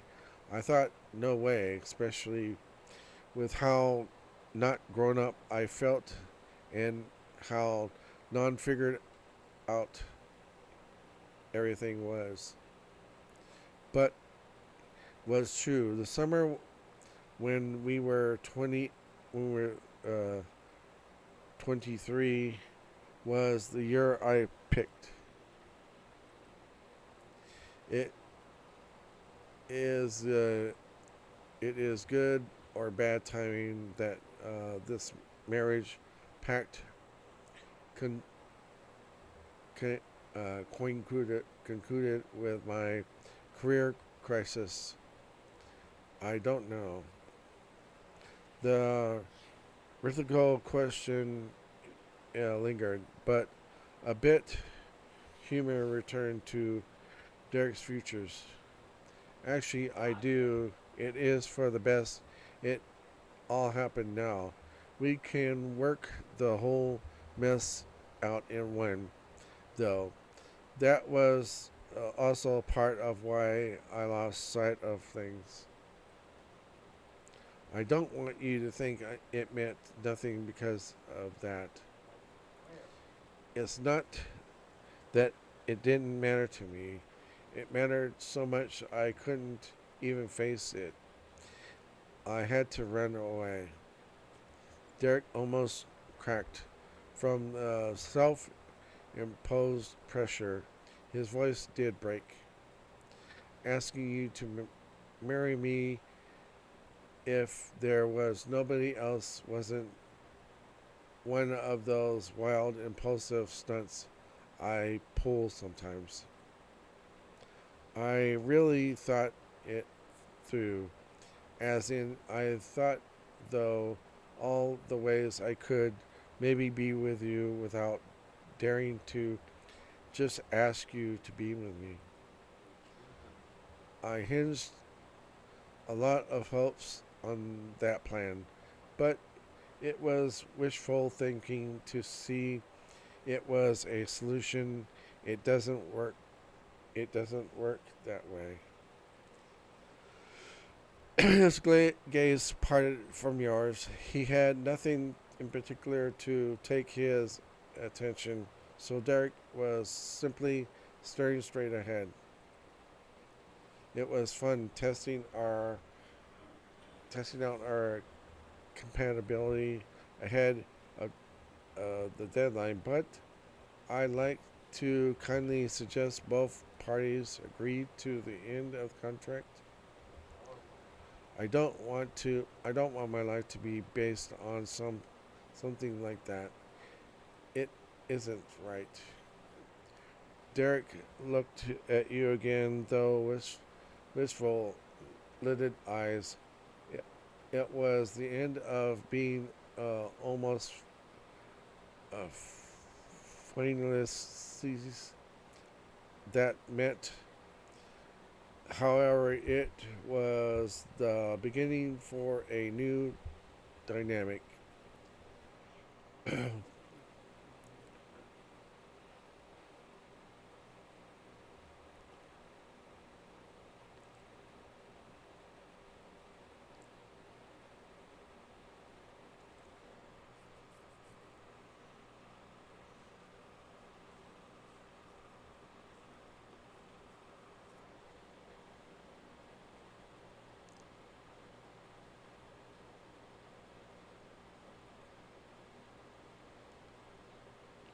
You held your breath and waited for what he'd say next.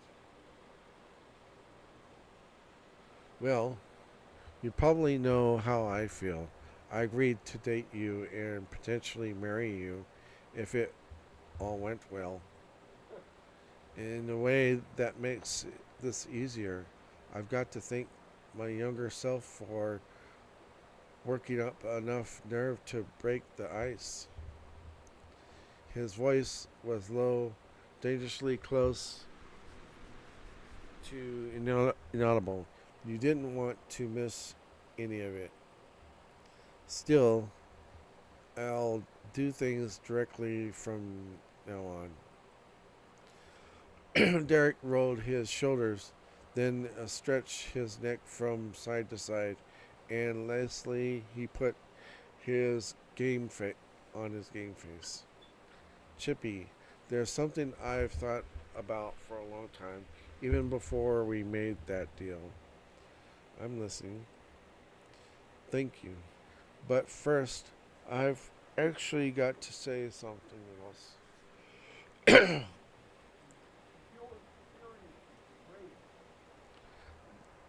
It's that you're incredible, and I can always count on you.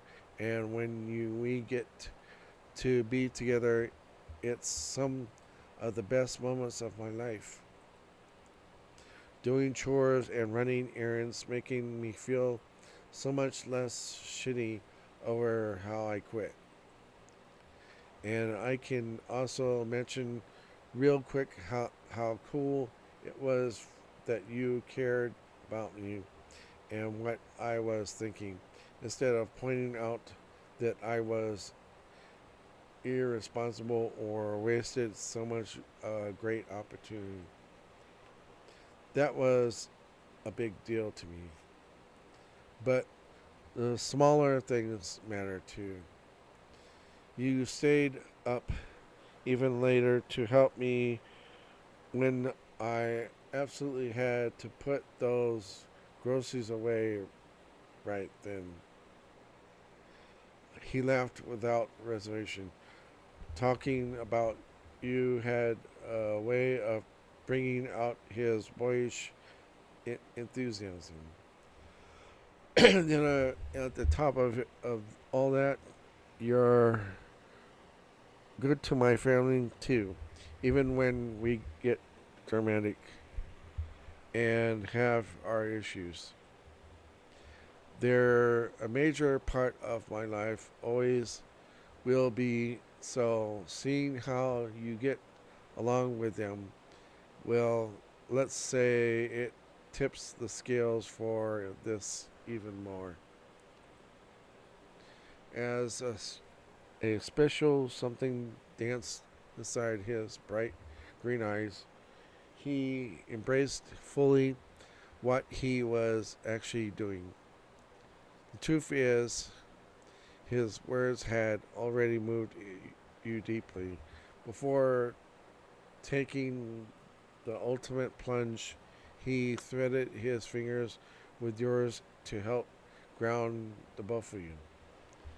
I wouldn't want us to be together because there was no one else, but because there is no one else. I love you, Chippy. Aw. The old feelings you'd held on to since the original day of the deal, and even before that, were as alive as ever.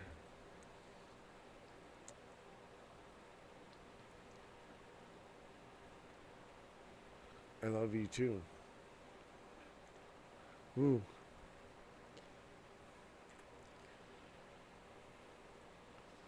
In the thrill of the moment, Derek's excitement got better of him. He leaped into the air, bounded from one end of the balcony and back twice, and finally planted himself directly in front of you. Oh, man. Somehow, I still wasn't totally confident about what you were going to say, even though you also already agreed to try dating me. Derek beamed at you with most confident and dazzling grin. And now that I think about it, we should do something to seal this new deal. His eyes were all right. For example, I could kiss you.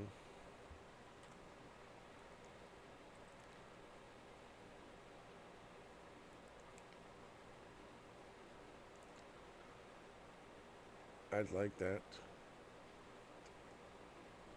He looked at, looked your hand, locked your hands. He took your hands into his without hesitation.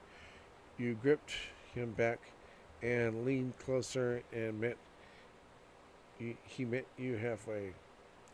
Your lips touched first lightly, then more more desire. His were pulled up at the ends the entire time. The first time you'd ever kissed Derek was that day, hanging out at the old park and making plans for the future as well as you could then by making the backup deal. It was still important, but this one, a reciprocal kiss born of mutual affection, was the very best you'd experience. However, you had a feeling there'd be many chances to outdo it in the days, weeks, and years to come. A freshly official couple enjoyed the comfort of the other presence in the in bliss. It was the very first breath of your true relationship.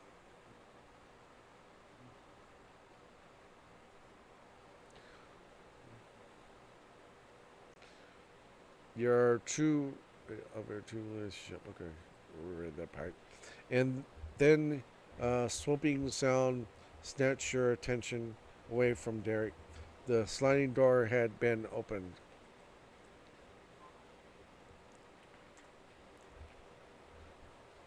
The youngest son skipped in as if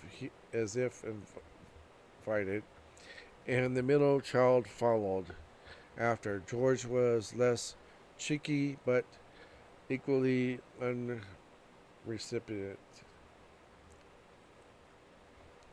Hi, Derek. Hi, Chippy.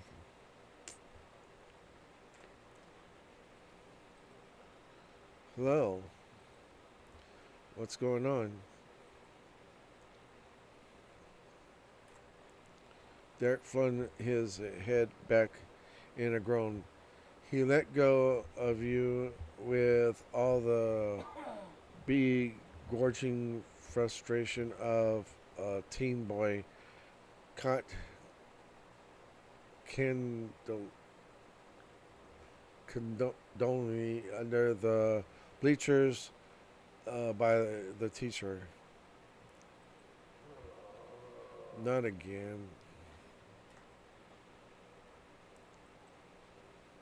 Every damn time. There's no privacy anywhere, even in my own house.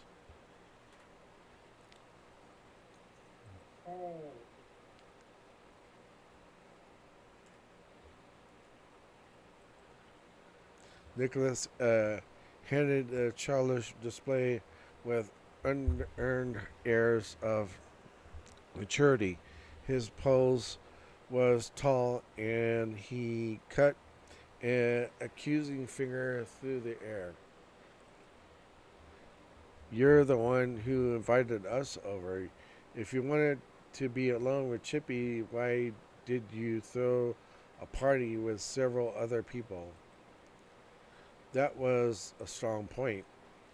Worse still for Derek. George had even a better one. Honestly, confused by his big brother's reaction, he plainly stated a key consideration. This whole side of the apartment is glass. We could even see everything happening without opening the door. Coming over feels more polite to me than watching from the inside.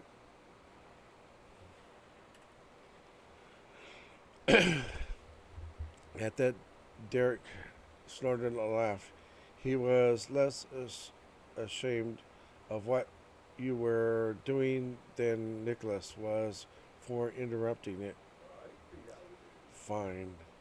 It made sense to get together one more time before he left. But I'm regretting being so reasonable now. One of these days we might learn to be more self-centered, and then you'll be sorry.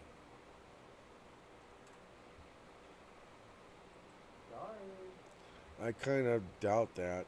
The part about you being selfish is not being sorry over it. Yeah, sorry, bro. That's not happening.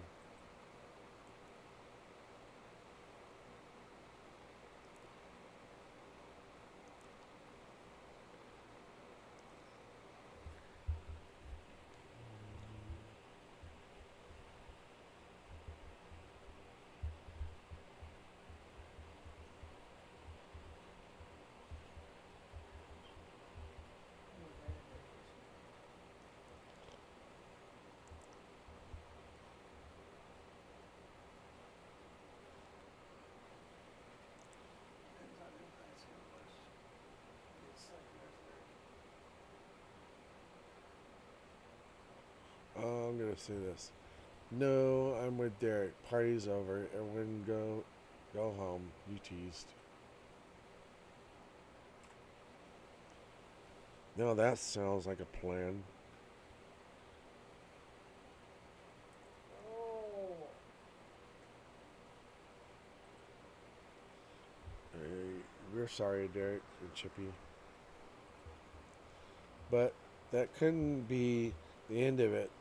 Terrible came in threes.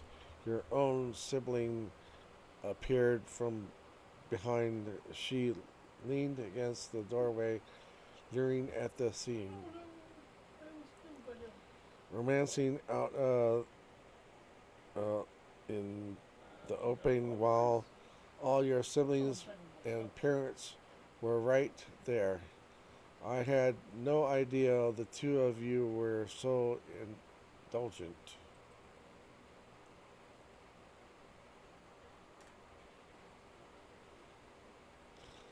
One rotten apple spoiled the rest. Nicholas and George had originally barged in with no pure intentions of being with you.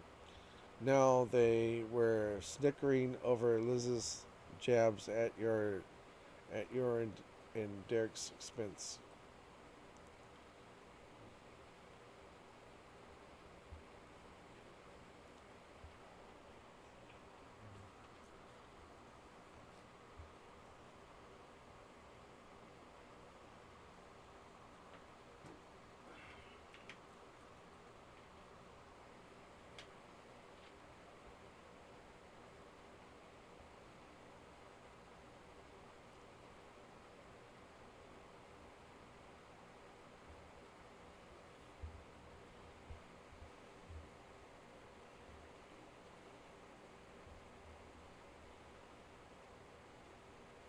I'm a bad influence on him.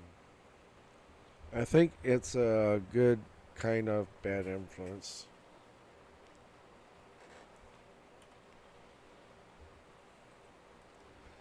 Of course, this happened. Why, except everything else, that's what Derek's weary, lifted brow seemed to express. You know, we were just talking about how self absorbed I am and how it's not enough in my option. From even further in the house, Mr. Saras waved a hand, popped over your sister's head. Is it okay? We're fine. We're fine on your own. Enjoy your time together.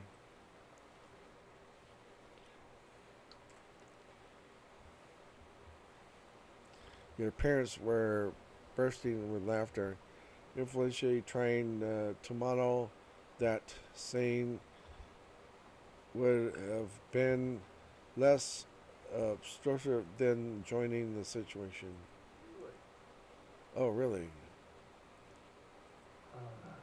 Dad, your trouble uh, estimates were proven to be highly underestimated. It didn't come in three, it came as many amounts as physically possible. Miss Cerberus came to get her husband, clearing a path through Liz, George, and Nicholas. Excuse us. She escorted him back to the couch without fuss, but no amount of cordless on her end could smooth out this three-ring circus. Derek barely saw the retreating forms of his absurd, abashed parents or your mom's and Mr. Holton's rippling fit in the distance, or even the set of siblings watching and waiting for what would happen next. This arm, his arms folded, and his brain was working, and you and he had become the center of the universe, and that wouldn't do. In the end, Mr. Reliable himself went for his oldest, most reliable solution to awkward situations. Hey, look over there. What? While the others were clearly distracted by Derek's fantastic play, he mastermind slid near to you and whispered intently, "Run." You nodded in interceptly to everyone but Derek, whose focus was set entirely on seeing that gesture. You both do what had to be done. Your hand found his and his yours, without tearing your eyes from the target and escape route out the front. You dashed through the opening left by Miss Sarah, speeding by Liz before she could block the way again. The elders were shocked, the younger ones were shouting, but you didn't stop. Through the gap in the sliding glass door, past the couches, and out the apartment's entrance, you and Derek ditched the whole party in a blink of together, you flew down the stairs. There was no patience to wait for an elevator. Once on the ground level, you exploded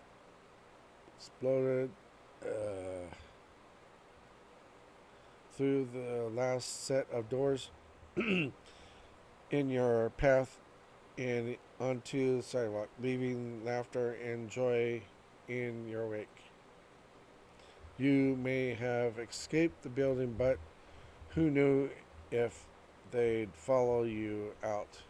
That wasn't something you'd put past your siblings.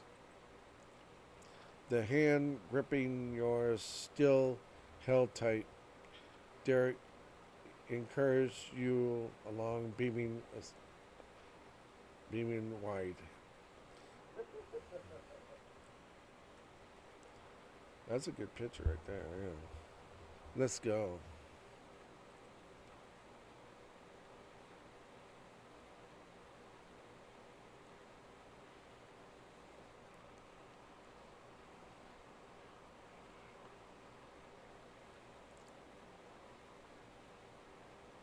Yeah.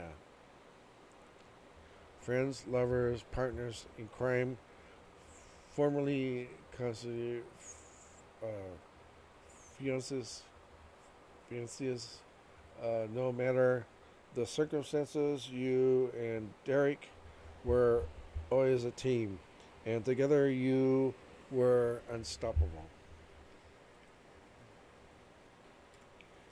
In Derek's bright eyes, you saw reflections of your past. That first day you met, when he bonded up to you and so unafraid, the time he much less bravely bolted from a very cross Elizabeth.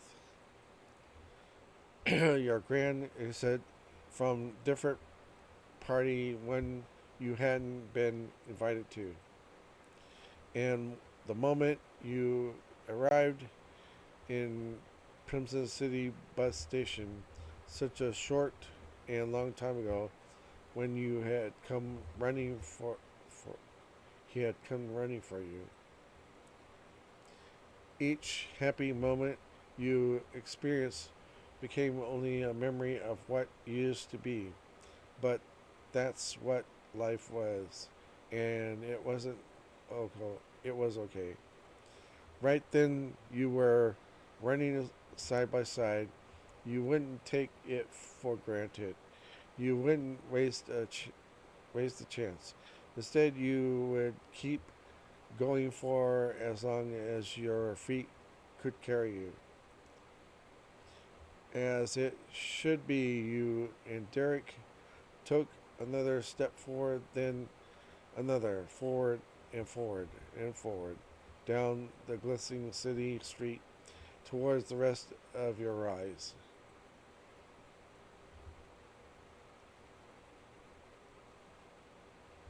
Thank you for beginning. You can come back again. Oh, it's the end. Wow. I guess that's the end of it. Wow. I guess, yeah, that's the end of it. Looks like it. Well, I hope you guys enjoyed that. I guess that's the end of the Derek DLCs.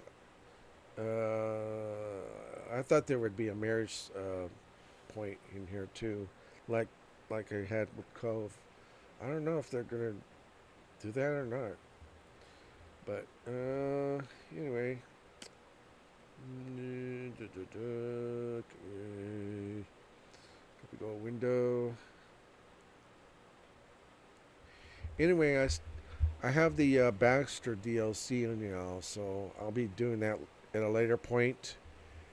And also, I want to get back to doing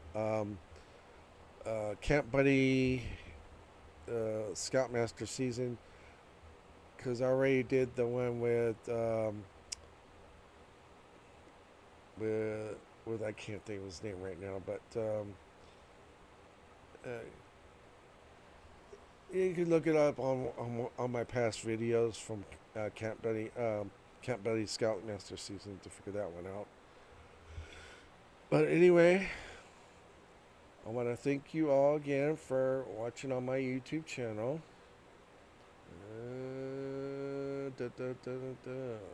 Okay. And no.